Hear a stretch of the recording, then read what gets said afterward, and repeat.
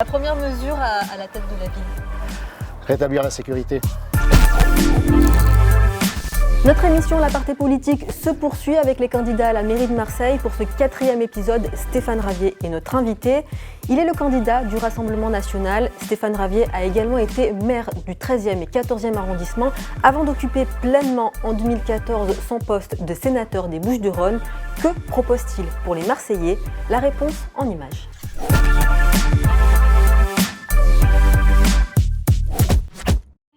Bonjour Stéphane Ravier. Bonjour. Vous avez choisi de nous amener ici, à la mairie du 13-14. Pourquoi est-ce que vous avez choisi ce lieu? C'est pas exactement la mairie ici, c'est le parc du Grand Séminaire, au sein duquel on peut trouver effectivement la mairie des 13e et 14e arrondissements derrière nous. Mais c'est un parc où je venais jouer enfant. Puis juste derrière, il y a l'école de la Morlette, où j'ai suivi ma scolarité, puis le quartier de la Morlette, où j'ai grandi, où j'ai habité, où mes parents ont quasiment fini leur jour. Et puis juste derrière, il y a aussi la piscine des Micocouliers, oui, il y a même une piscine ici, où j'ai appris à nager. Et puis à côté de la mairie, il y a une chapelle qui jouxte la mairie. Et c'est là où j'ai fait ma communion avec Monseigneur Etchegaray. Donc ici, c'est pas seulement la mairie, avant que ce soit la mairie, c'est chez moi ici. Quel type d'enfance est-ce que vous avez eu ici à Marseille? Oui, donc très tôt, adopté par la bonne mère, à l'âge de 3 ans. Une enfance calme. Le dernier de trois enfants, de 3 frères. Donc j'ai 2 frères très protecteurs. Mon frère aîné est décédé malheureusement il y a quelques mois. Et puis une mère qui s'occupe de ses 3 enfants, une mère au foyer comme on disait à l'époque. Parce que mon père travaillait beaucoup et travaillait à l'étranger en plus. Et donc ma mère s'occupait de tout, de ses enfants, de la maison, faisait quelques heures de ménage, gardait les enfants. Durant cette enfance, il y a une passion récurrente, comme beaucoup de jeunes Marseillais. Vous avez amené d'ailleurs, je crois, quelque chose. C'est un vieux ballon. Il a bien vécu celui-là parce qu'on a bien tapé dedans. Ça représente ce que j'ai pratiqué ici avec les collègues dans la cité. On n'avait pas besoin de stade, il suffisait d'un bout de place. Bon, le gardien arrivait et on détalait quand le gardien arrivait. À l'époque, on avait peur de l'autorité. Mais on jouait quand même toute la journée au ballon. Comme on jouait aussi dans les clubs, le club de Saint-Joseph, le club de Général Sucrière dans le 15e arrondissement. Et j'ai fini ma carrière à Sainte-Marthe, dans le 14e arrondissement, avant d'entreprendre une nouvelle carrière en encadrant, en étant dirigeant du club de foot de la Blancarde pendant près de 7 ans. Et les jours de match, ma voiture, c'était la voiture Benetton. Il y avait un peu toutes les origines, toutes les nationalités dans cette voiture. Est-ce qu'il y a eu des difficultés avec certains parents? Comment ça se passe quand on connaît les discours du Front National? Jamais aucune difficulté. Dans certaines situations, certains endroits, on voyait mes affiches. « Ah Stéphane, j'ai vu des affiches !» Les affiches, on n'est pas là pour les affiches, tu vois, là il y a marqué ASMJ Blancarde, c'était le nom du club. Politique hors du stade. Dès que j'arrivais au stade, la politique restait même pas au vestiaire, mais à l'extérieur du stade, et je m'occupais des gamins. C'est très tôt, relativement tôt, que vous vous êtes intéressé au Front National, à l'âge de 16 ans. Vous vous intéressez plutôt à la figure du Front National, qui est à l'époque Jean-Marie Le Pen. Oui. Qu'est-ce qui vous a séduit chez lui? Eh bien, c'était le seul qui ne battait pas sa coulpe. C'était le seul qui ne disait pas que la France était petite, que c'était fini, que l'histoire de France était entachée de ceci, entachée de cela. Nous avons commis quelques erreurs, qui n'en commet pas? Mais nous méritons mieux que de nous diluer dans ce magma européiste, mondialiste. Et ça m'a plu. Alors vous êtes très jeune quand vous commencez à suivre Jean-Marie Le Pen et vous allez à l'un de ses meetings au Parc Chanot, qui était donc la tournée des plages, c'était en 1987. Oui. Et vous avez gardé ça. Oui. Donc qu'est-ce que c'est et qu'est-ce que ça représente pour vous pour l'avoir gardé autant d'années? C'est mon premier meeting, mais je suis jeune, je ne suis pas encore majeur. Et ma mère demande à mon père de m'y accompagner parce que c'est très agité à l'époque. Il y a des contre-manifestations violentes. Et mon père m'y accompagne. Et je vois donc passer devant moi ce monsieur-là, ce Jean-Marie Le Pen. Et depuis, je n'ai plus jamais cessé non seulement de le regarder, mais de le suivre. Mais vous n'avez pas adhéré au Front National à 16 ans, mais beaucoup plus tard, à 22 ans. J'ai adhéré à 21 ans parce que lorsque je me suis rendu dans une permanence à l'âge de 16 ans, le responsable m'a dit, c'était à la rue Frédéric Chevillon, au centre-ville à Marseille, et il m'a dit, il a bien vu que j'étais très jeune, et il m'a dit, est-ce que tes parents sont au courant? Parce que je suis arrivé, voilà, je voulais adhérer. je voudrais adhérer. Il me dit, est-ce que tes parents sont au courant? Je lui dis non. Il me dit, bah, écoute, tu vas leur en parler et puis tu reviendras. Et à cette époque-là, je n'ai pas osé en parler à mes parents. Bon. Vous aviez peur des conflits qui ne comprennent pas votre choix? Non, je voulais pas les mettre dans l'embarras ou dans l'inquiétude, on va dire, parce qu'à cette époque-là, c'est vrai que c'était compliqué de militer. Donc j'ai continué à militer, je veux dire, sans être encarté. Alors vous avez apporté une casquette avec vous, celle-ci, Ouais. casquette d'ACDC. Ouais. C'est ma première passion, ça. Avant le Front National, avant l'engagement politique, c'est le groupe ACDC. Celle-là, je l'ai achetée au concert de Nice. Ok. Et je suis allé au dernier concert lors de la dernière tournée en France, au Stade Vélodrome, et aux 2 concerts au Stade de France à Paris, enfin, à Saint-Denis. Qu'est-ce que ça représente pour vous ce groupe En fait, qu'est-ce que vous aimez dans cette musique? Ça me sort de mon activité politique. Là, quand j'écoute ACDC, je pense à rien d'autre. Et même quand la musique elle est souvent rythmée, elle est souvent dure, c'est dur, oui. ça me repose. Ça me repose. Ça me repose. Ça dépend les morceaux, ça me donne du jus, ça me donne de l'énergie. Parallèlement à votre travail, donc vous continuez votre activité de militant. Et à partir des élections cantonales en 2001, vous êtes candidat à toutes les élections. Ouais. Vous avez gagné donc en 2014 la mairie du 13-14, où on est. Et vous êtes élu sénateur dans la même année. Et là, pourquoi vous avez envie d'être maire de Marseille? Je suis effectivement un militant sorti du rang. Tant qu'il y a de la colle, il y a de l'espoir. Tant qu'il y a les tracts, donc j'ai beaucoup milité bien sûr pour mes idées, pour d'autres candidats, mais je militais pour mes idées et c'est ce que je fais encore. Hein. Et le gamin là, de la Morlette, qui est devenu maire du secteur quasiment où il a grandi, puis sénateur, je me dis que pourquoi pas la mairie de Marseille, parce que ce que nous avons pu réaliser ici dans ces 2 arrondissements, et nous avons fait du bon travail, il ne serait pas idiot, il serait même carrément opportun, même nécessaire, voire urgent, qu'on puisse le faire sur l'ensemble de la ville. On va terminer cette séquence avec la séquence miroir. Donc en fait, c'est le jeu de miroir-miroir. Dis-moi, et là c'est en l'occurrence qui vous voyez. Oula, le gamin de la Morlette, là, c'était hier. Les années ont passé. Hein. Je crois que la vie, faut la vivre à 1000% parce qu'elle défile. Mais ma foi, je crois que, quand même encore assez jeune, pour occuper le poste suprême de premier magistrat de la ville, parce que l'enfant des quartiers nord que je suis, fils d'une mère au foyer, femme de ménage et d'un électricien, cette ville et ce pays lui offrent l'opportunité, pourquoi pas, de devenir maire de la ville de Marseille.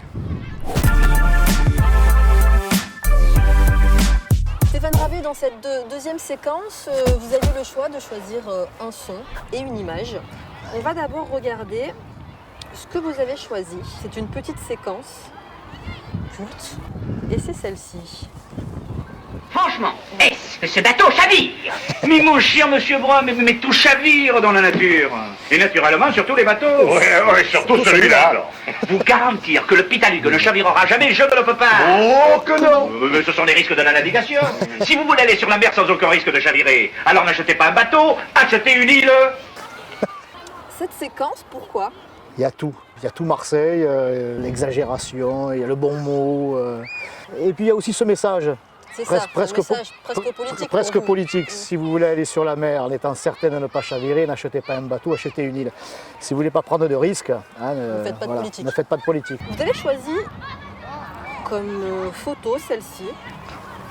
Ah oui. Donc c'est la photo d'être très jeune là. Vous êtes avec vos enfants, Et- 2 enfants, Fanny d'ailleurs. Donc pour prolonger votre amour pour Marcel Pagnol et votre Thomas. fils Thomas, parce que vous êtes fan de Thomas Magnum. Oui, ça tient pas grand-chose. Oui. Hein. J'aimais beaucoup Thomas Magnum et je l'ai appelé Thomas. Et puis Fanny, c'est mon épouse qui a choisi Fanny. Elle aimait beaucoup ce prénom marseillais. Et moi, je l'aimais beaucoup aussi. Donc, j'ai choisi celle-là parce qu'ils sont avec moi, là. Ils sont contre moi. C'est à l'époque où je m'en occupais encore beaucoup. J'étais très proche. Justement, vous étiez un peu plus absent pour la petite dernière. Un petit peu plus, parce que justement c'est à partir de 2000-2001 où j'ai vraiment beaucoup investi le terrain des quartiers nord en particulier et de Marseille en général. Et je n'ai pas pu être aussi proche d'elle que j'ai été proche de son frère. trop, vous direz Thomas. Et donc là, c'était le moment où j'étais beaucoup avec eux, et c'était des beaux moments. Voilà. Juste pour revenir à votre fils, il n'a pas tout de suite compris votre engagement au sein du Front National. Ça a été source de difficultés, de disputes, de conflits?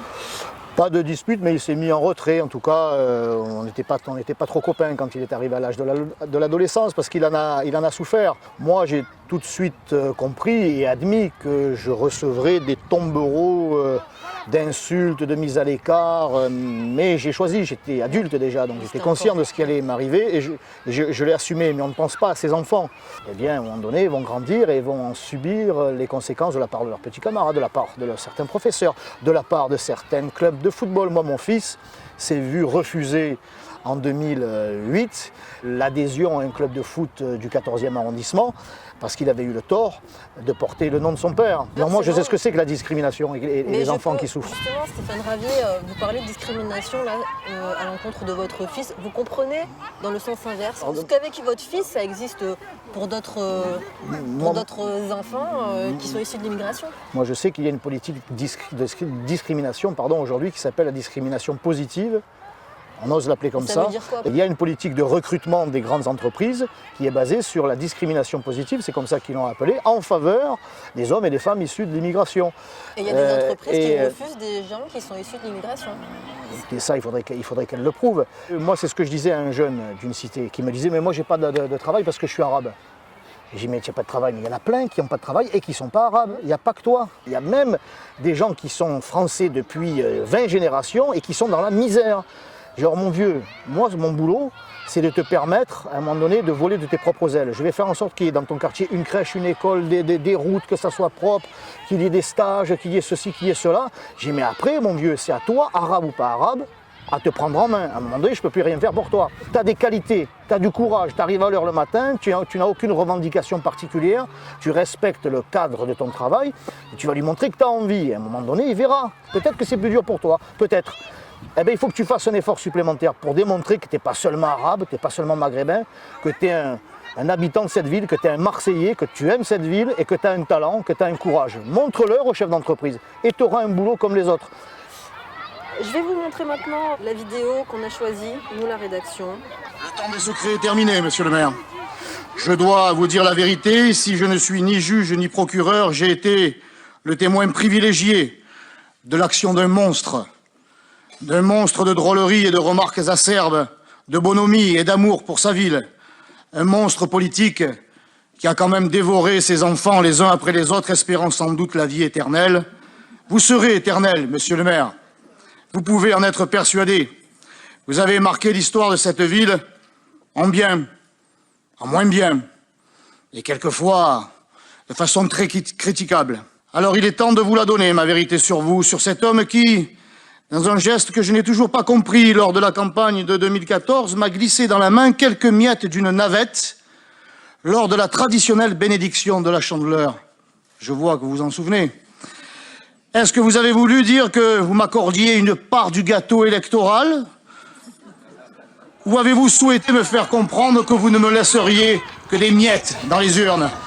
Stéphane Ravier, avez-vous eu la réponse à votre question? Non, je n'ai pas eu de réponse très claire. On a pu aborder finalement ce moment-là, mais je m'en souviens comme si c'était hier. Il passe devant moi et je m'y attends pas. Il me tend la main, donc j'ouvre la mienne et il y fait tomber quelques miettes de ces fameuses navettes. Quand on a été un farouche opposant à Jean-Claude Gaudin et surtout à la gestion qu'il a eue de Marseille, pourquoi est-ce qu'on fait ce type d'hommage? J'ai été un farouche opposant à la politique de l'équipe Gaudin. Mais Gaudin, c'est Gaudin. c'est plus fort que vous, quoi. Et c'est ce qui fait la caractéristique du personnage. Et c'est que, alors que sa politique, vous la contestez de bout en bout et que les résultats, le bilan, il est là, quoi. Mais Gaudin, il réussit cet exploit à faire rejeter sa politique et à protéger le personnage. Je vais vous montrer une autre vidéo, choix de la rédaction. Là aussi, ça se passe au sein de l'hémicycle municipal. Monsieur Ravier, on se verra dans le 13-14, je vous préviens. Toujours le même hôtel à la même heure. Toujours le même hôtel à la même heure. C'est un goujat. C'est un goujat. Bon, je vois que vous la connaissez par cœur, cette ouais, cette je la connais. intervention. Ouais. Vous savez pourquoi je vous montre cette vidéo, Monsieur Ravier? Et ma question est toute simple. Est-ce que vous vous considérez comme quelqu'un de misogyne? C'est pas à moi à répondre à ça, parce que c'est facile pour moi de dire non. C'est Non, sûr. bien sûr que non, je suis pas misogyne. Est-ce que quand on a un élu de la République, on peut tenir ce genre de propos dans une société où malheureusement, oui, des femmes meurent sous les coups de leur conjoint, où le harcèlement de rue est de plus en plus prégnant? Est-ce que c'est responsable? Quand je vous disais que ce n'était pas à moi à répondre, je conseille à celles et ceux qui m'accusent de misogynie de prendre le sentiment des femmes qui m'entourent, qui m'observent, qui m'entendent. Ces femmes-là, en tout cas, c'est ce Et ces femmes-là, je pense qu'elles vous diront que je ne le suis pas. Ça veut dire Par qu'on peut contre, rire de tout alors. Par contre, je revendique l'héritage familial que de rire de tout. Pour vous, c'est C'est une mauvaise plaisanterie. Donc ça, vous l'assumez quand même. Ben, je l'assume. Quand on dit Samia Ghali, c'est le point G de Marseille, c'est aussi une plaisanterie. Si vous saviez les tombereaux d'insultes que j'ai reçus moi dans l'hémicycle, le bras tendu, la moustache, c'est infamant ça aussi. Non, mais Personne ne est-ce que ça s'en vous est fait jamais rire soucié. Ça vous fait rire ça? Quand on fait des gestes Non, ça ne me fait pas rire, mais je porte pas plainte. Parce Mais que ça autrement, vous je blesse? passerai ma vie devant les tribunaux. Ça vous blesse? Oui, mais personnellement, mais même plus, parce que c'est dérisoire. Même plus. C'est une mauvaise plaisanterie, je vous l'ai dit, je m'en suis excusé. Si les femmes ont été blessées par ça, je le regrette. Vous savez, moi, les femmes battues, moi, ce que je leur propose dans mon programme municipal, c'est des logements sociaux qui sont gérés par la ville et qui seront réservés aux femmes qui sont victimes de violences pour les mettre à l'abri de leurs compagnons. Voilà.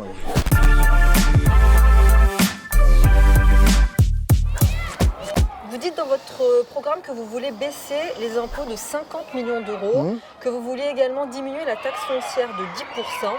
Vous connaissez les finances de la ville, comment est-ce que vous comptez faire ça? On va voir les banques, déjà, et puis on va leur dire, écoutez, soyez des banques partenaires. Ne soyez plus des banques, les voraces, là. Souvenez-vous quand on vous a sauvés quand même il y a quelques années.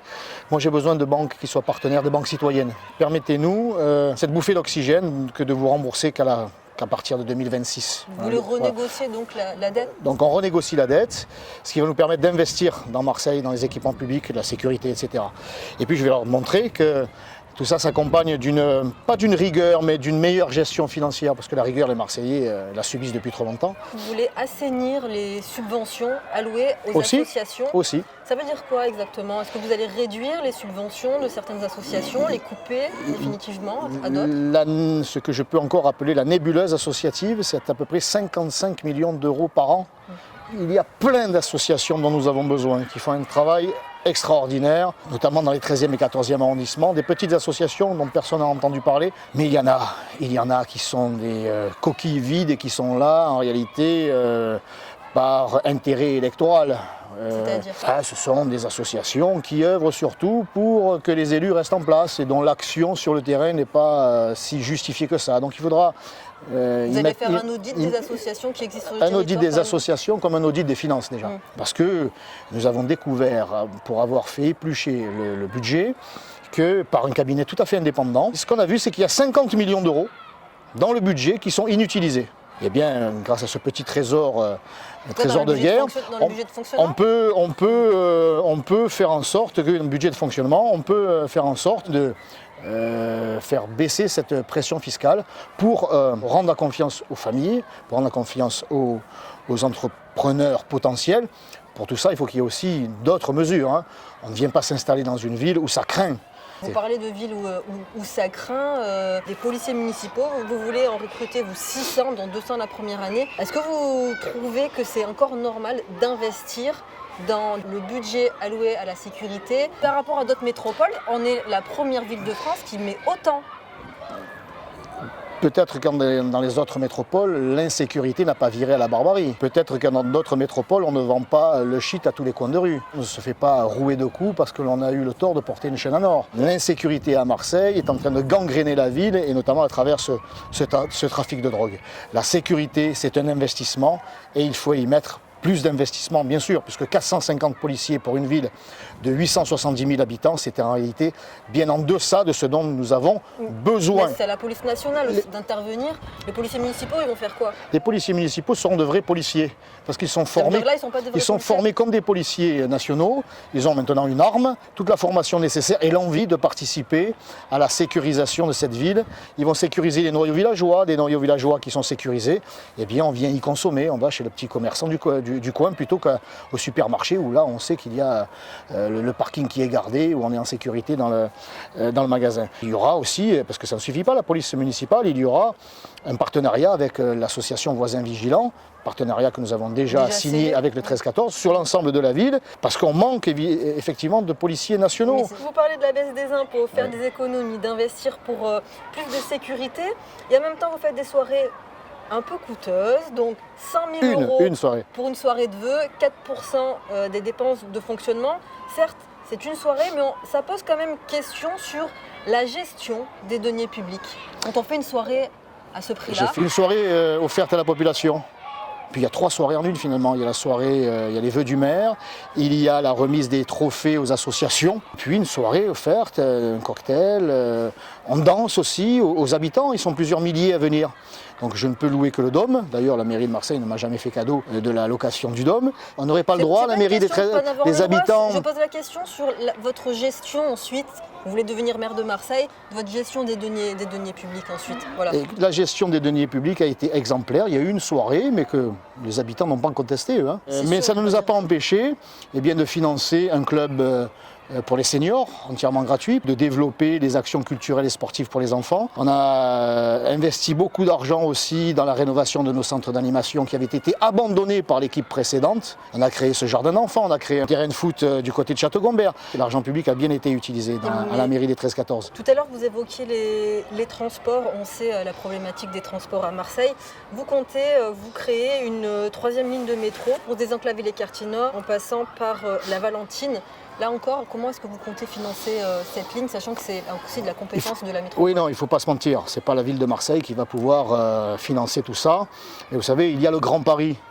Et c'est pas Madame Hidalgo qui finance le projet du Grand Paris. L'État met la main à la poche et même les 2 mains dans les 2 poches. Comment vous, Stéphane Ravier, vous allez pouvoir avoir des financements de l'État alors que justement Martine Vassal ou même Jean-Claude Gaudin avant n'ont pas réussi? Parce que je leur ferai une proposition qu'ils ne pourront pas refuser. C'est-à-dire? Mon Luca Brazzi à moi, c'est ma détermination. Et s'il le faut, j'irai planter la tente dans la cour, voire dans le bureau du président de la République. Lui-même a dit que la France ne pouvait pas réussir si Marseille ne réussissait pas. Donc je lui dirai, Monsieur le Président de la République, chiche. Et puis j'irai aussi plus loin, j'irai à Bruxelles. Même Renaud Muselier fait savoir que toutes les villes de la région reçoivent l'aide de l'Europe, dont il est un relais, sauf celle qui en a le plus besoin, Marseille. Ni Gaudin, ni Vassal, ni Gilles n'ont fait quoi que ce soit pour obtenir de l'argent qui est pourtant disponible. Comme dirait Pagnol, ils ne sont pas bons en rien, ils sont mauvais en tout. Monsieur Ravier, vos thèmes de prédilection, c'est la sécurité, l'immigration, mais quelles sont vos relations avec le monde de l'entreprise?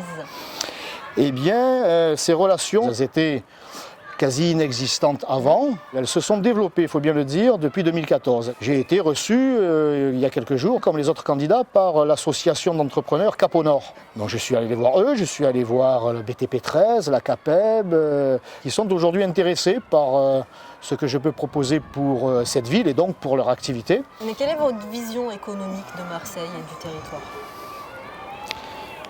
La ville de Marseille, la municipalité, n'est pas là pour créer la richesse. Elle est là pour créer les conditions qui vont permettre à ceux qui la créent, les entrepreneurs, bien de le faire. Et j'ai été finalement pas si surpris que ça, que d'entendre de la part de ces chefs d'entreprise les mêmes préoccupations que les Marseillais en général. Sécurité, propreté, transport. Et je sais de quoi cette ville a besoin, comme l'ensemble de mes colistiers. Aux commerçants qui sont en difficulté, notamment dans le centre-ville. Moi, ce que je souhaite, ce que je leur propose, c'est de créer des zones franches urbaines, mais pour les noyaux villageois, pour les petits commerçants. Vous n'êtes pas le seul candidat. Je sais, on a dû me copier. Donc je sais que ça ne dépend pas que du maire de Marseille. Donc j'irai voir en étant à l'Élysée, Matignon est juste à côté. J'irai voir le Premier ministre. Et je lui dirai, le patron, là, il veut que Marseille réussisse. Donc on a besoin, comme on a aidé des quartiers particulier, eh bien, d'aider, pourquoi pas, ce découpage des noyaux villageois au sein desquels il y a de nombreux petits commerces. Dans votre programme, vous parlez aussi de transformer les Dock Villages en halles gastronomiques, des produits locaux ouvertes tous les jours. Ouais. Comment est-ce que vous comptez arriver à faire ça? En faisant des propositions qui ne pourra pas me refuser. Mais ça veut dire quoi, faire des propositions? À qui déjà? On ira voir le propriétaire des lieux, on ira voir... Ils sont plusieurs, hein. Ou les, peu importe. Moi, pour l'instant, je ne les connais pas tous. Je sais que ça ne dépend pas de la mairie centrale. Mais si on ne faisait que Pour être clair, si on agissait... Les Dock Villages, c'est donc un lieu qui est géré par Constructa, mandaté Monsieur Pietri. pour gérer les Dock Villages pour le compte de propriétaires privés. Avec le cadeau qu'on lui a fait avec la tour de la Marseillaise. Là, on parle pas de cadeau, en y mettant beaucoup de services publics. Les Dock Villages en cette halle gastronomique que vous voulez faire. Je vais lui faire comprendre que c'est du gagnant-gagnant. Et les commerces qui sont à l'heure actuelle dans le... Ils vont mais aller on va pas les chasser. Évidemment qu'il y aura un plan pour les aider à s'installer ailleurs, à proximité. Il n'y a qu'à Marseille où il n'y a pas de halle couverte. Il n'y a qu'à Marseille, parmi les grandes villes et même les moyennes. Et les docks, l'activité économique est un échec. Il faut quand même avoir l'honnêteté de le dire et en tirer les enseignements. Et on a c'est idéalement placé, la rue de la République dont je veux faire la rue des créateurs marseillais. La République aussi appartient à des propriétaires privés. Donc là, on parle d'argent. Là, les Dock Villages, je veux les transformer donc en cette halle gastronomique. Il va falloir sortir vos carnets de chèques. Et bien on en a quand même un peu de carnets de chèques. Et puis il y aura l'aide de la métropole, du département. Quant à M. Pietri, j'aurais fait comprendre que c'est un partenariat gagnant-gagnant. Et ça sera un succès, mais c'est sûr que ça demande de l'argent. Mais soyons audacieux, de l'audace, encore de l'audace, toujours de l'audace. Vous avez rencontré Marc Pietri pour lui évoquer votre idée? Pas encore, mais il a dû en entendre parler. Ce que je sais, c'est qu'il n'a pas fait savoir que c'était une mauvaise idée. On va parler des logements sociaux. Vous voulez arrêter la construction des logements sociaux à Marseille, mais il y a un quota à respecter depuis la loi SRU d'abord en 2000, puis renforcée par la loi Duflot en 2013 qui impose un quota à 25%. Marseille est à 20%. Pourquoi est-ce que vous voulez stopper ces constructions? Pourquoi 25? Pourquoi pas 30? Pourquoi pas 40? Par contre, dans le 13-14, on est à 45. Hein. Je croyais que Marseille était une et indivisible, mais du côté de la mairie centrale, on a préféré concentrer cette richesse dans les quartiers nord plutôt que de se l'infliger dans les quartiers sud. Oui, mais pourquoi on arrête d'en construire? Alors quoi, on n'en fait pas dans les quartiers sud alors? On arrête d'en construire parce que déjà, il faut arrêter la bétonisation. Tous ceux qui nous parlent d'écologie aujourd'hui, qui nous disent à chaque naissance, je vais planter un arbre. Ça, c'est Madame Vassal. Qu'elle commence par arrêter d'en couper. Sous le prétexte qu'il faut loger les Marseillais via des logements sociaux. Et parce qu'il y a des centaines, peut-être des milliers de logements qui sont inoccupés en raison de l'insécurité. Au petit séminaire, il y a 60 familles qui pourraient bénéficier de ces logements et qui pourtant ne le peuvent pas parce qu'il y a des squatteurs et parce qu'on ne veut pas s'y attaquer. Et puis il y a 40 000 logements insalubres à Marseille. Je suis allé voir le BTP et ils ne m'ont pas pris pour un dingue quand je leur ai dit que plutôt que de bétonner, je préférerais qu'ils rénovent. Alors tout ça doit être mis en place et techniquement, on peut aussi en faire des logements sociaux, mais pas en construire de nouveaux. Les logements sociaux, ça suffit, puis c'est complètement idéologique. Là, c'est 25%, c'est 30%. On va passer à la dernière question, c'est celle d'un candidat. Stéphane, bonjour, tu es candidat pour être maire de la deuxième ville de France. Tu sais que Marseille mérite une gestion ferme, mais apaisée. Apaisée parce qu'à Marseille cohabitent toutes les communautés. Marseille, c'est une ville avec beaucoup de différences. Est-ce que tu es prêt demain, si tu es maire, à une gestion apaisée de la ville de Marseille pour respecter toutes les différences, toutes les communautés de cette deuxième ville de France? Merci Bruno pour cette question. Que lui répondez-vous? Nous sommes à la tête de la mairie des 13e et 14e arrondissements depuis 6 ans. Y a-t-il eu ici, de notre part, une démarche de discrimination, de rejet, de haine, de suppression de quoi que ce soit? Jamais. En matière culturelle, là où on aurait pu attendre de notre part une discrimination, des retraits de créneaux dans nos centres d'animation à certaines associations qui faisaient la promotion de culture autre que la mienne, je dirais. Est-ce que nous leur avons retiré quoi que ce soit? Jamais. Nous avons simplement enrichi le panel par notre culture, par nos traditions, nos racines chrétiennes, mais nous n'avons jamais rien supprimé, nous ne sommes jamais attaqués à qui que ce soit ou à quoi que ce soit, sauf le trafic de drogue. Je suis tout à fait favorable à continuer le travail qui a été entrepris dans les 13e et 14e arrondissements sur l'ensemble de la ville pour que cette ville redevienne une et indivisible avec toutes ses richesses.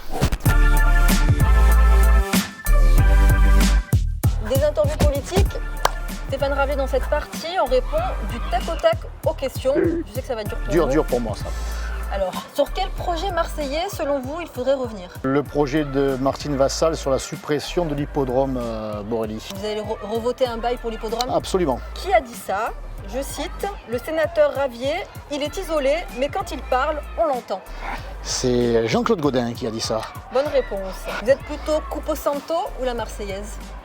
On a tous notre richesse culturelle, mais on se transcende pour devenir des nationaux d'abord, donc la Marseillaise. Vous êtes plutôt Atlético Marseille ou l'OM? L'OM, l'Olympique de Marseille. Ça fédère tous les Marseillais. Là.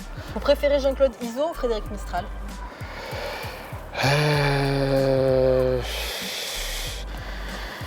Marcel Pagnol.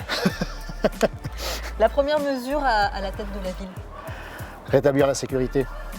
Et si vous n'étiez pas maire? Si je n'étais pas maire, eh bien, bon courage aux Marseillais, mais je continuerai à me battre et à proposer aux maires en place d'adhérer aux propositions qui sont les miennes aujourd'hui, dans l'intérêt général. Et maintenant, vous avez 1 minute pour convaincre les Marseillais.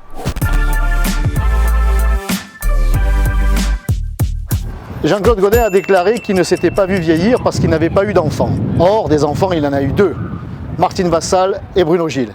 Si l'un ou l'autre devait être élu à la tête de la mairie, on prendrait 6 années de plus de système Gaudin, avec du guérinisme, avec du macronisme. Il est temps de tourner la page, car l'opportunité est là. 6 ans de plus avec eux, Marseille ne s'en remettrait pas. Le seul qui soit un homme libre, eh bien c'est Stéphane Ravier. Fort de cette expérience à la tête de la mairie des 13e et 14e arrondissements, où nous avons servi l'intérêt général et où nous avons pris des initiatives. Eh bien, ces initiatives en matière de sécurité, de propreté, de cadre de vie, je les prendrai pour tout Marseille, dans l'intérêt de tous les Marseillais et bien sûr sous la protection de la bonne mère. Mais la bonne mère ne peut pas tout faire toute seule, il faut l'aider.